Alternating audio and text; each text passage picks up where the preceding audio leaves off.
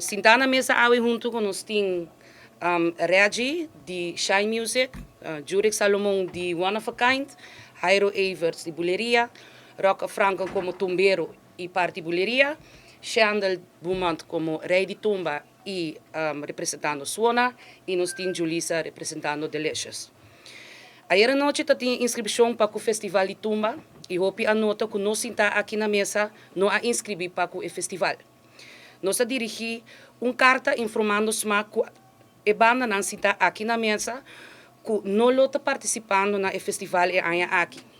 Permitir-me ler a carta e a base de essay nos elaborar mais riba e ponto não.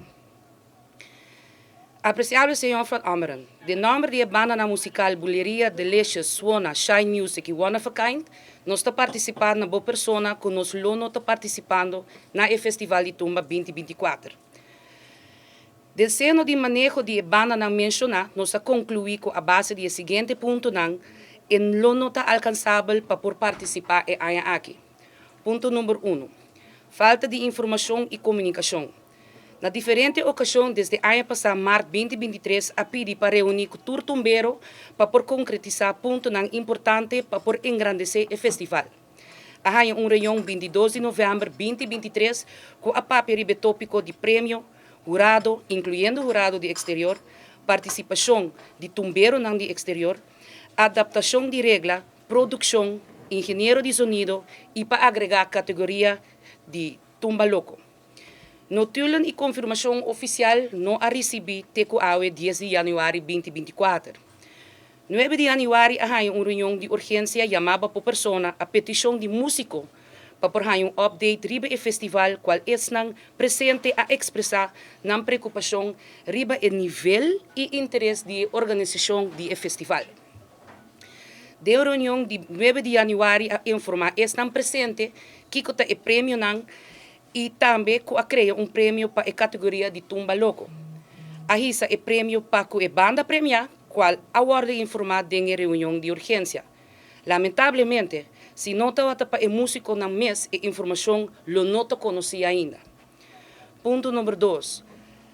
Falta de promoção para o festival.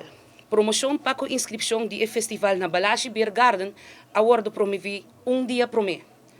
Estão presentes de reunião a ordem informar que a luna de 4 de januário 2024 é evento su flyer oficial lo por sali. Para por promover e engrandecer o festival, essa aqui está muito pouco tempo. Tomando o ponto na mencionar em consideração, a opta para não fazer uso de pré-inscrição para o festival de tumba, esperando confirmação para o tópico não com a papel ribaje. Tumba te requerir uma preparação diferente que outro festival não. Sem claridade sobre o tópico não mencionar, não por preparar devidamente para o festival.